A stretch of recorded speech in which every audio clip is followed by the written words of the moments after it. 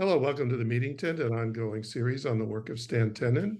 Before we get started, I'd like to introduce our usual cast of characters: Michael Andron, Levon Tenen, Idelle Packer, and Daniel Gill. So before we get started today, we have a little presentation that Iddelle's going to provide for us. I'm going to turn it over to her to lay out the context, and we'll watch a little video. So take it away, Idelle. In 2019, I created an evening of dance that was based in many respects, although it was also my imagination taking the letters and their mystical meanings and looking at the creation stories that come out of the Zohar and how the letters were the foundations of all that is. And Stan's work was very much present in everything I was doing at the time. I had learned the gestural language and was incorporating it into the dance. And I wanted a way for the audience to kind of sit back and take a deep breath and begin to be in a state where they could join the sense of embodiment of this work. So this very short animation was created to show the letters falling, and they fall in a reciprocal spiral, this beautiful spiral that fit in the hand, that became the hand model, that set the shape of the hands in every gesture. And so using my imagination with a film animator, we took photos that were created by the Hubble telescope at that time, and looked at all the beauty of our universe. And it's set to music, and we'll put the credits for all of the people involved, so you will have that. And I'm just going to share it with you now. So anybody who's listening, if you just sit easily in your chair with your feet on the ground and enjoy a few full breaths as you watch this.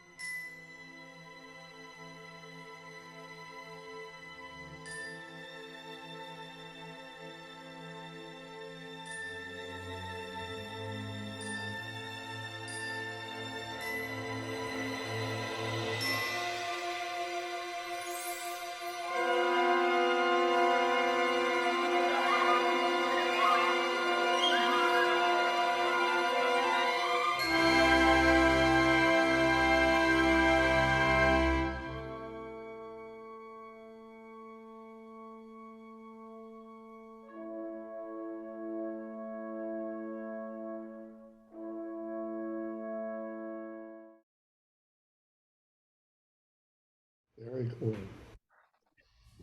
So the string of letters, was that from Bereshit? No, that was literally the alphabet in the order of the alphabet.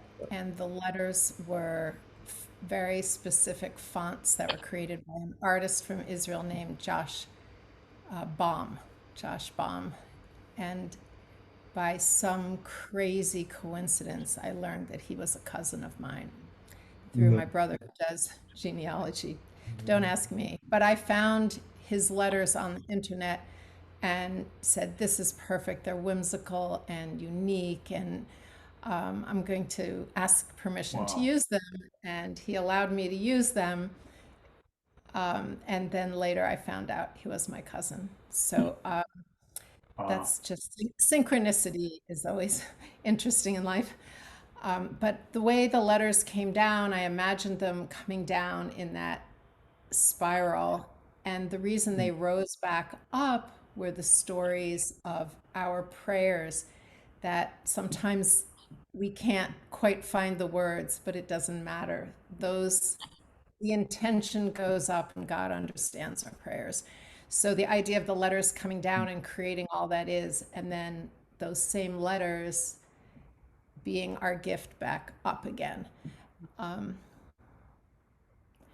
it was just a moment of trying to put into some kind of visual expression what we were feeling very strongly about the beauty of what we were doing with this project. Nice. So the letters seem to have tagine. Was that for, they were the Torah script? Yeah, they're and again they're very whimsical. I mean, some letters are huge and they're smaller, and the smallest letters are sometimes large, and that it was just an artist's interpretation. And yes, he did play with the crowns on the letters. Yeah. Very cool. Well, you brought up a term that we're going to be discussing today, and I think this kind of inspired you to show this to us today, the reciprocal spiral. And I've got to tell you that for some of us, we're way out of our league on this discussion. It is something that Michael and I discussed this earlier. We could go through our whole lives and not even be aware of this specific terminology or this principle. However, it was important to stand for many reasons, and it's a predominant factor in the book. So if you go through the book, you'll see it shows up in many different examples. And we're going to try to show the importance of this particular spiral. But the main important factor is that it is the spiral that models the model hand, and therefore emanates from the first verse of the Hebrew text of Genesis. So that in itself should, be an interesting reason to explore it. If you have our book, you'll see it mentioned several times, and we'll be showing graphics from the book. And in fact, why don't I put it up on the screen so we can see what we're talking about? Let's see here. This is this is the digital version of the book. So in the digital version, it's on page 166 and 167. But if you look at the drawing on the right and the left part of it, this is what could be considered the reciprocal spiral. The important thing to stand in the way this spiral is shaped is that it moves to infinity. It starts as a circle and then it just goes out. And it was important to him to point out that this was unlike other spirals. And I think, Lavana, maybe you want to Yeah, talk about I can kind of take it from there, I think. Yeah. The idea is if you take a look at this spiral, if you actually analyze it analytically, I'm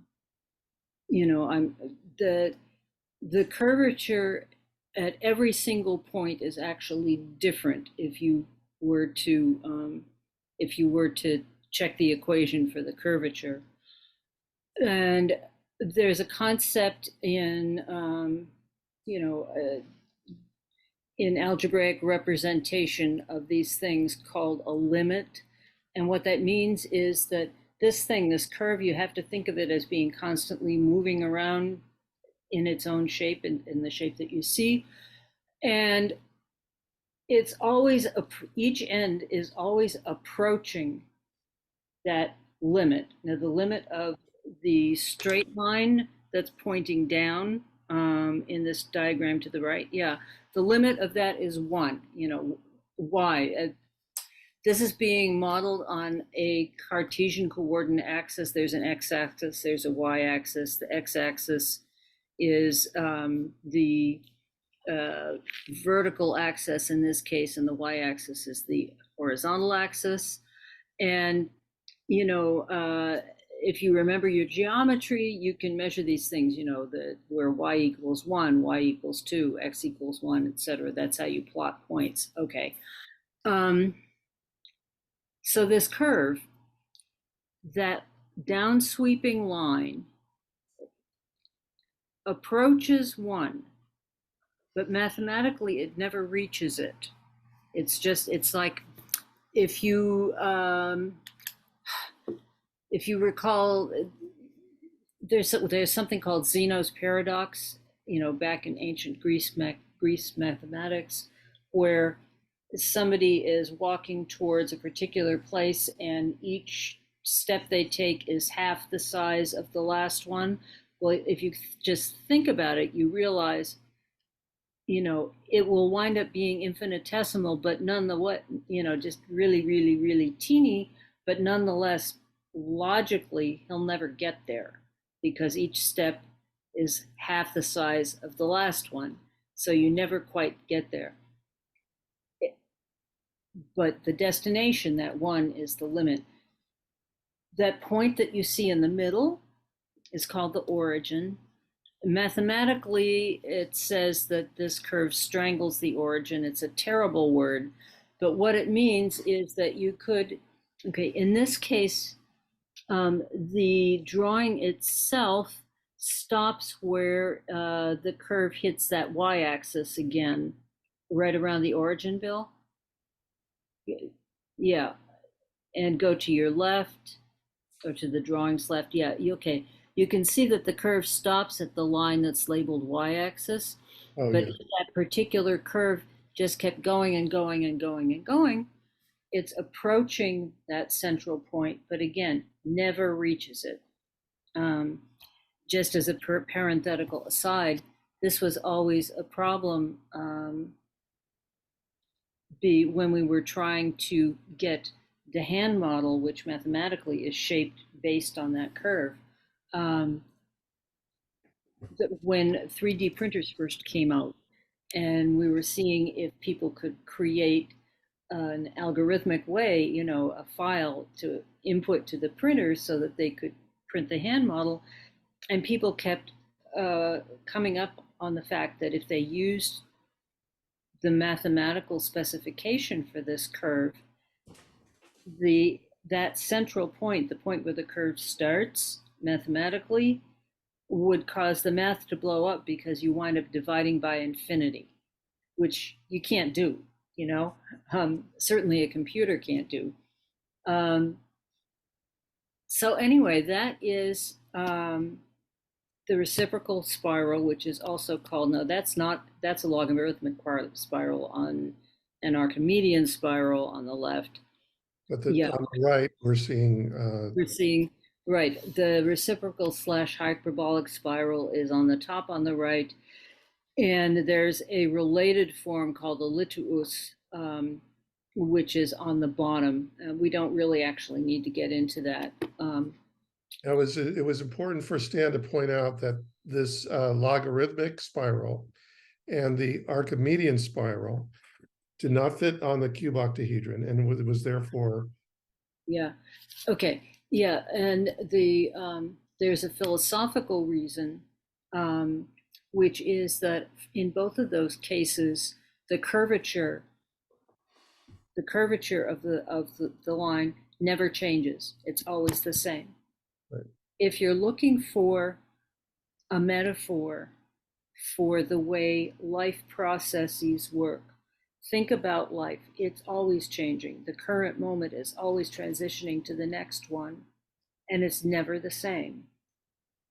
This reciprocal hyperbolic spiral, the curve is always changing. It is not the same at any 2 points. Even where it looks like a straight line, it isn't really. If you zoomed in on it, you'd see.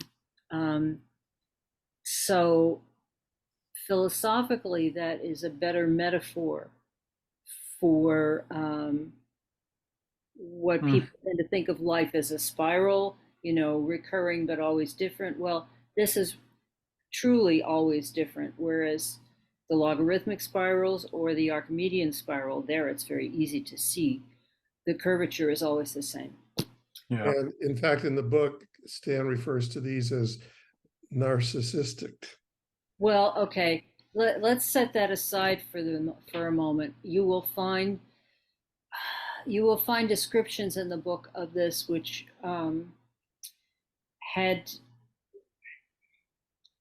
there were issues that we had during the late 80s and 90s, when it was very popular for people to get fascinated with Fibonacci numbers, with so-called golden spirals.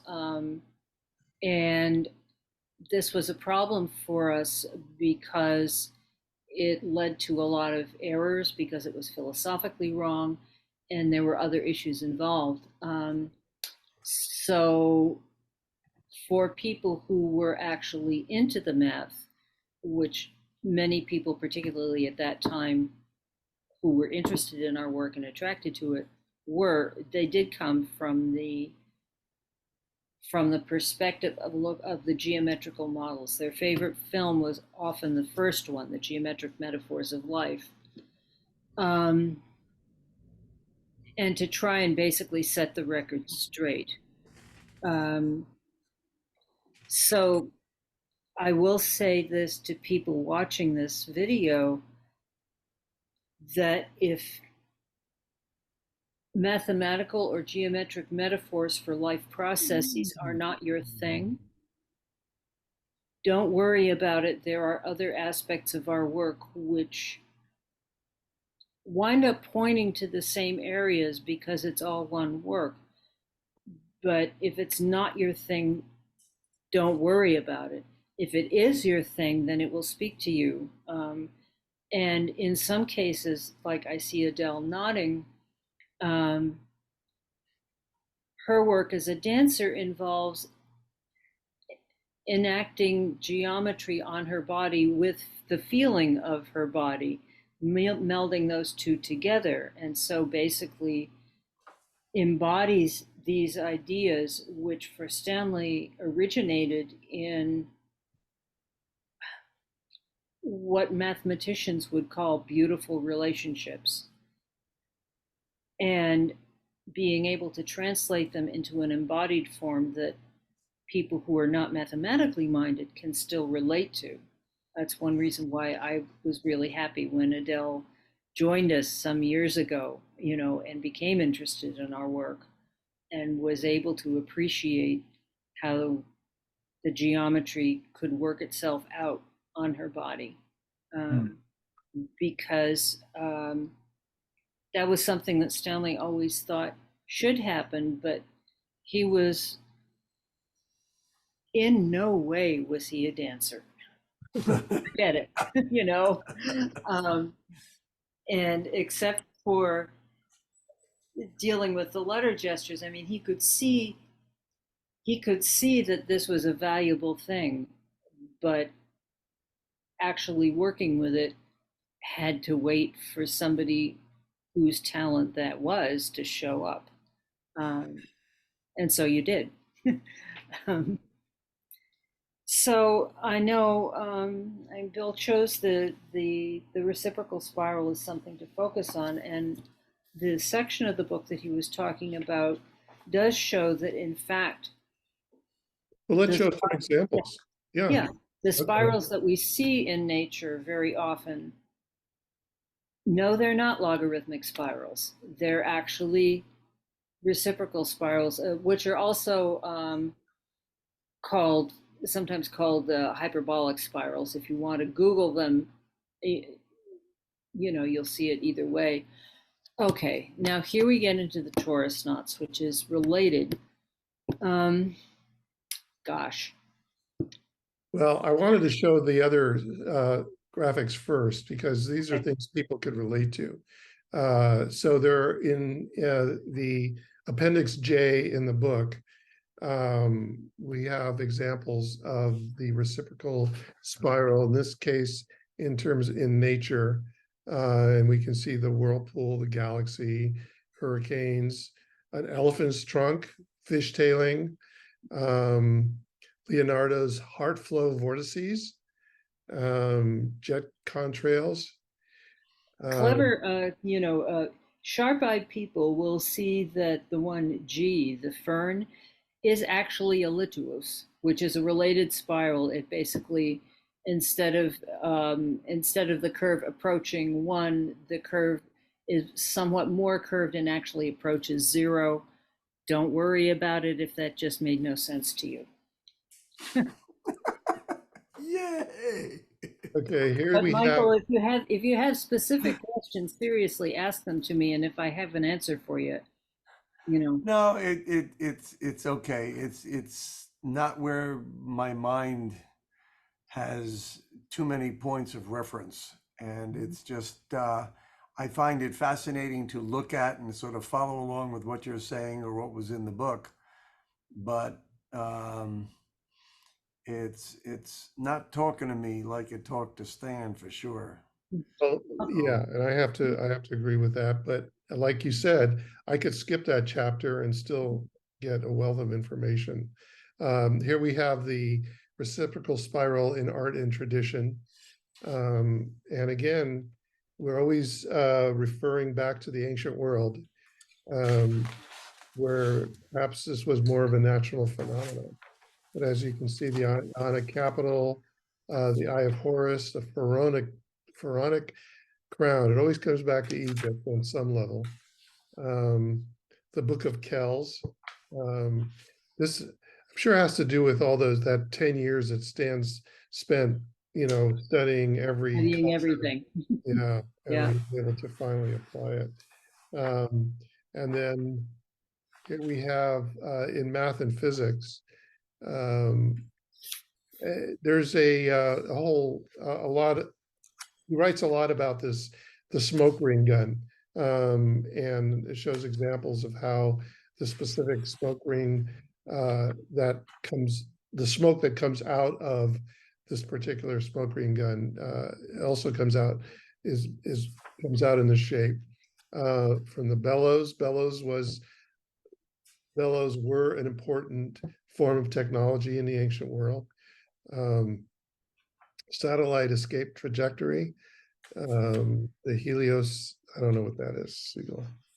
Oh, that is, yeah, it's, okay,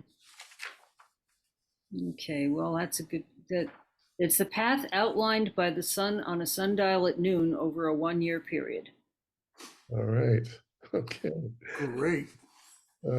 Family curves, what is that? Family curves on the bottom right. Computer-generated plot shows the paths of light rays sucked into an optical black hole. Okay. It's a family of reciprocal spirals, quasi-reciprocal spirals, and lituus spirals. Amazing. Okay, Daniel, Yeah. think of all this. Yeah. Well, I mean, other than there's the obvious musical reference of the violin. Violin. Yeah. Well, is there Yeah. a reason? Is there a reason they have that shape, or is that just decor? It's no sonic reason. It's just an ornament there is there's some more than conjecture by the scholarly musical community that violins are indeed, or the violin family is indeed a Jewish instrument, meaning it was made by Jews. And it may make you smile, but there's some real evidence, and it's not like, only some Jewish scholars. I think the research I read is from a non-Jewish scholar, I forgot his name, but there's a coincidence of the printing press and a large Jewish community centering around Cremona, right around the time of the violin. So, the most famous violins in the world to this day, and come from or are patterned after the Cremonese school, and no one's got it better in over 500 years now. It's simply whatever they did there is the best it ever got. And a lot of those instruments are still around. I mean, having been fixed and with new necks and whatever, but still, Yeah. the basic instrument. And that also coincides with the printing press and all sorts of other things. So a lot of the first Jewish books are printed in Cremona. There's a misunderstanding, I would say, in the academic community who studies the Zohar, which as they date the publication of the Zohar from the publication of the Zohar, meaning they date from its first printing and who did the printing and who got it together. But what they fail to understand is there is a real trail of scholarship based on the Zohar that predates that publication. So meaning before the printing press, and then this comes from a misinformation about how Jews have studied for so long. So we had books and scripts and scrolls and things that people studied for 1,000 years, at least 2,000 years before the printing press, period. And there's a track record for that. And so when you look at the Zohar and you say, well, it was only first published here, it was published by Moshe de Leon and like whatever, it's like, obviously he made it up. And it's like, well, the reason that the more religious scholarly community scoffs at that is because there's no understanding of the history of Jewish scholarship and how serious it was and what it encompassed, and that there's ample proof that people are quoting the Zohar long before the Zohar was, quote, discovered or published. And it was a different scene, and it's not, it's like a retroactive kind of looking at history. Anyway, that aside, there is I know Stan had a big issue with this also, so it's worth mentioning. The other thing that's worth mentioning is that, so the correlation, there might be, I don't know if it's causal, who knows, but there is correlation between that scroll on the violin and the viola and the cello and the Jewish community in Cremona.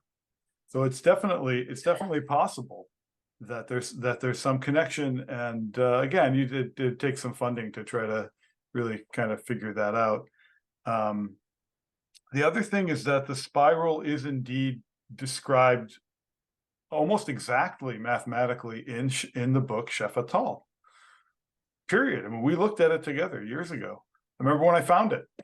I was at your house and we are just kind of looking through, and you mentioned something. I said, well, hey, look what I just found. And I read it out loud, and it's pretty much exactly the description. A line. I mean, he described it from the line point of view, from the straight point of view, a line that curves and continuously curves more and more as it reaches the center. And the Shefatal has like a kind of crude, but this kind of like spiral shape, this triangle kind of shape. And he's got all the sphirot in there, the tree of life, so to speak, and all these different permutations. And he says that this shape that he just described is the shape of the sphirot, that the reciprocal spiral is the shape of the sphirot. And so what's fascinating about that is I was just listening to this interesting podcast, and they were discussing the concept of time, and how if you really look at if you look at physics and especially quantum physics, but if you look at physics, like time is not necessarily relevant in terms of figuring out equations. Time is time. It's not. It doesn't matter really. What matters is the momentary. So there's some theories that actually consciousness is just like time is a construct. And there's also theories that time and space are a construct that we use to organize things. And so if you think about like consciousness, if I said to you, well, what color was your great aunt wearing when you went on a walk in the forest? You would go, what? Who cares? Right? Because what matters about that walk is that you had a nice time with your aunt. So you might remember the walk, right? But you're not going to remember, at least consciously, what she was wearing, right? So and sometimes memories that are really strong, for good or bad, are so strong that they seem like they're still right there. And this seems to be because the only constant is this constant changing. So it's not the technical, well, that happened so many years ago and it was at this time and in this space and blah, blah, blah. It more has to do with like, what does it mean to the human being and to consciousness? So it's those changes. And so if you're here and you go all the way to here, something really good happens, or God forbid, something really bad happens, you remember the change. And so, because it's so abrupt. So there's something to do with this concept of the Sphirot. I can't quite grok it, but there's something to do with the concept of the Sphirot and the reciprocal spiral and consciousness. And also the refinement of consciousness, the elevation of consciousness, that Stan, I think, was right onto. And quite honestly, you don't really need. It's interesting if you understand the mathematics. You don't need to understand the mathematics, right? Just if you can hold your hands that way, or if we can eventually, hopefully, get the hand model printed. That's really what matters. You know what I mean? Like Stan, I think, used to say, like, you don't need to understand about a nice car to get in it and drive it. You know what I mean? Like, so what Stan did, Stan's like the master builder. He built this car or this vehicle, right? And we can drive it. And I think that's the thing. Anyone who's listening now, this could be the most important thing to give funding to and to give money to, because it's what Stan built here and what Meru Foundation built, Stan and Levana built together is a vehicle by which human beings can learn to understand and refine the fundamental elements of consciousness and how and how the world around us can be subtly and kind of sequentially built to a higher state because we're raising ourselves up. Mhm.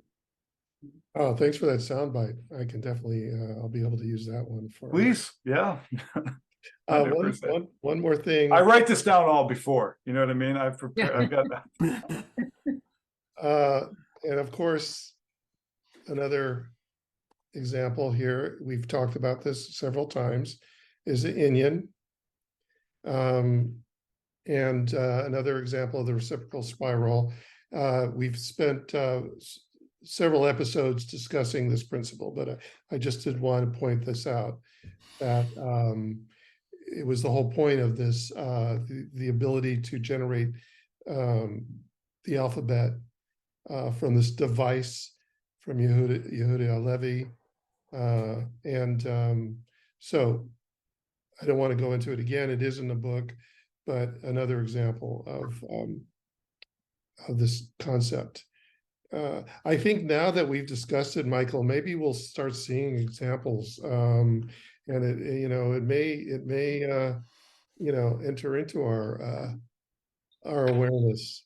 That's certainly what happened to us and to Stanley. A lot of those samples from nature that you see, that we saw in that appendix, samples from nature, samples from scientific articles. If he subscribed to a lot of magazines, science magazines, whatever. And when he would see something that looked like, a sample of of that particular spiral form, he'd note it.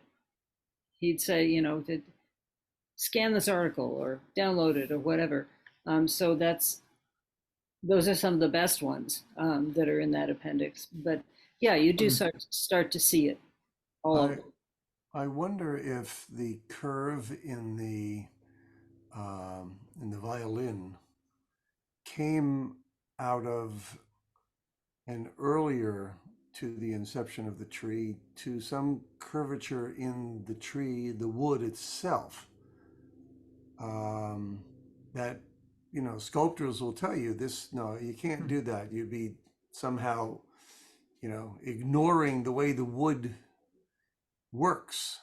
Mm-hmm. And I wonder if that somehow was an earlier something embedded, just like in the picture of the embryo taking that same curve in utero, whether that's something in the wood itself that was used. Is it always the same wood?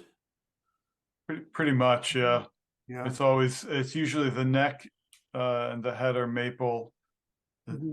The tiger maple a lot of times are kind of a maple that's got a lot of beauty to it, and the sides and the back are maple, and the top is spruce, Sitka spruce, tight grain spruce. The question is, does it have any effect on the audio, on the sonic? The spiral, I mean, everything. It's a small instrument, so everything affects it somewhat. Even the cello is relatively, it's big, but it's not enormous. I mean, everything changes it, including the wood type.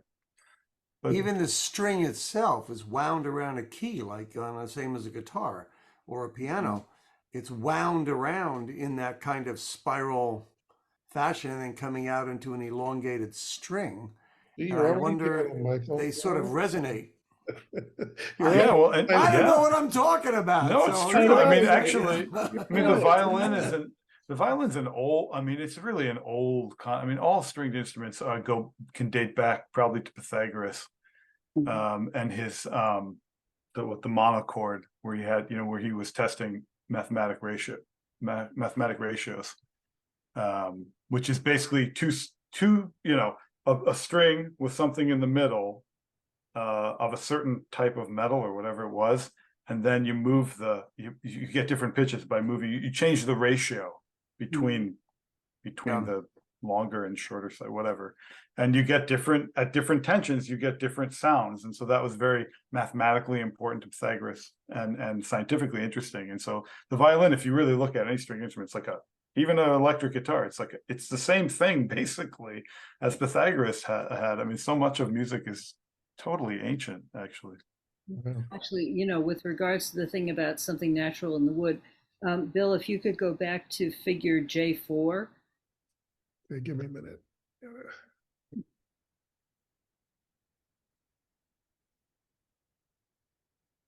me a second here. J4, got it. Okay, hold on. Screen sharing this. Okay, and if you can hone in on figure H, that actually it's a close-up of a wood shaving. That dark gray thing is the chisel, and the shaving, it's shaving just a plank of wood.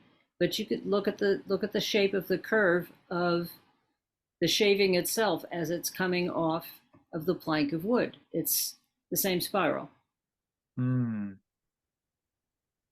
That's cool.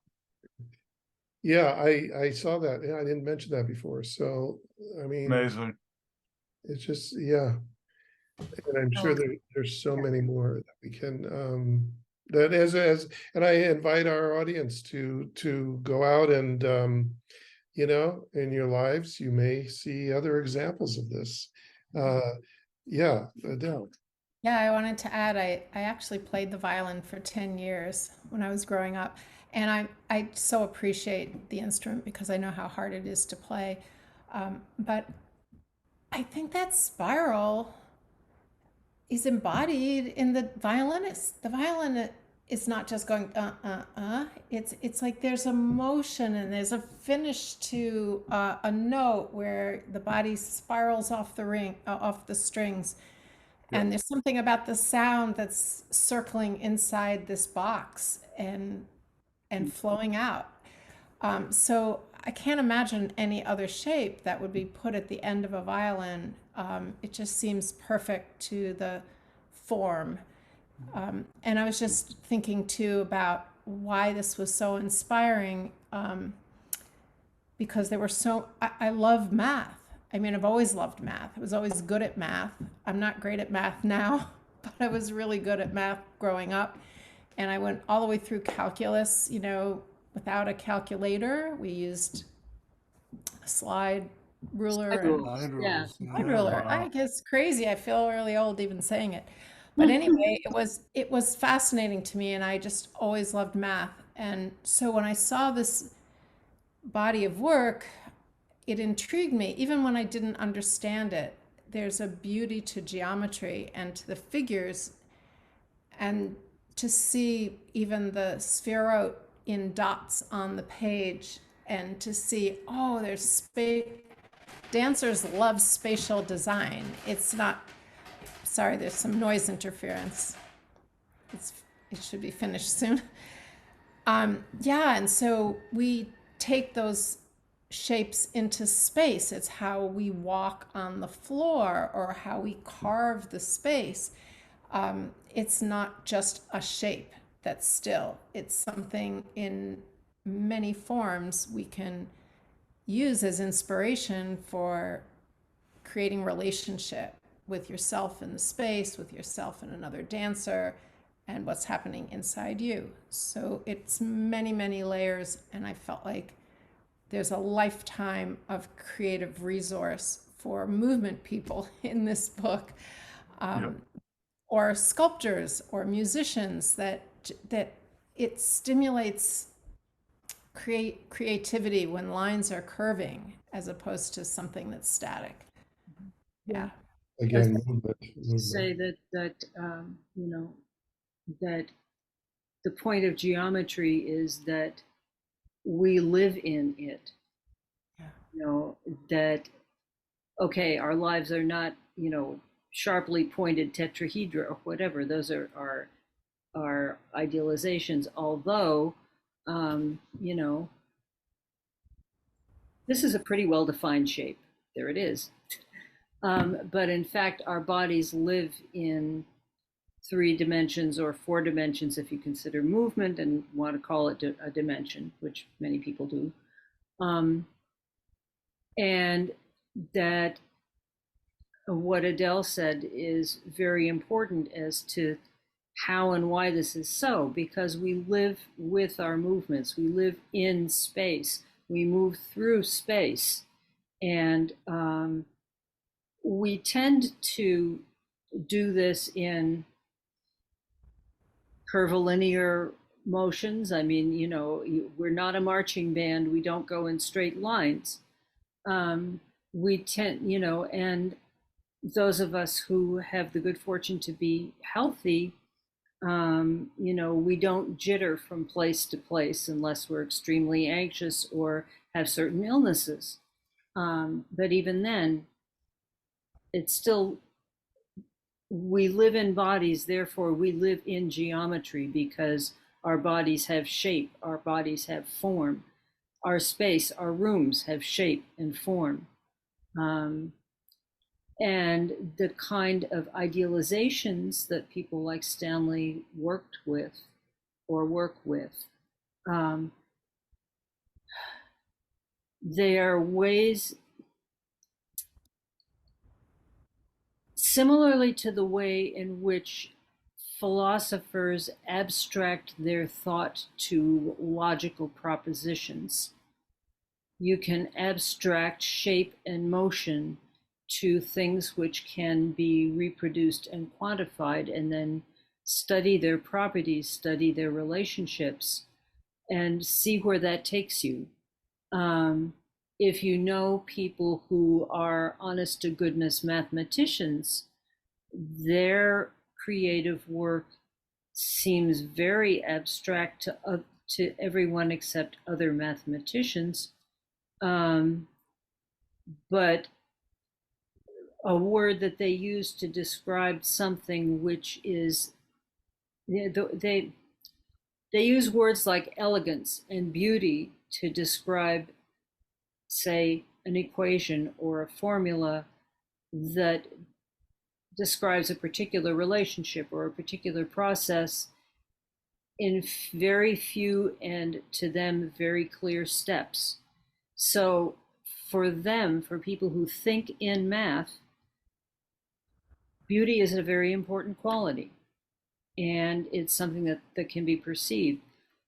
Again, particularly in this culture, we're trained to the opposite of that.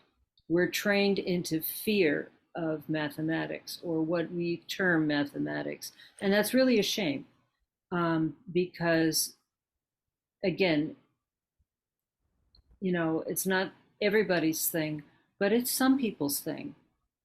And something that I noticed happening once computers got sophisticated enough to be able to actually give some of the really beautiful and moving graphical representations of things, that there are wonderful videos that explain how higher dimensions are described in mathematics by showing them visually, geometrically. Well, that wasn't possible until like beginning in the 90s. You notice a difference in the people who chose mathematics as a field before the ease of visualization and after the ease of visualization. You get different types of people and different types of creativity. If you talk to algebraicists who worked in the 50s and 60s and 70s even, and the idea of visualizations of what they were doing is just anathema. It's like it's formulas. But once those formulas were able to be visualized, moving, you could explore them. Kids in college with a really different mindset started exploring these other mathematically idealized spaces to see what you could do with them. And that's just that shift certainly has become the way things are now. Enough generations have passed. But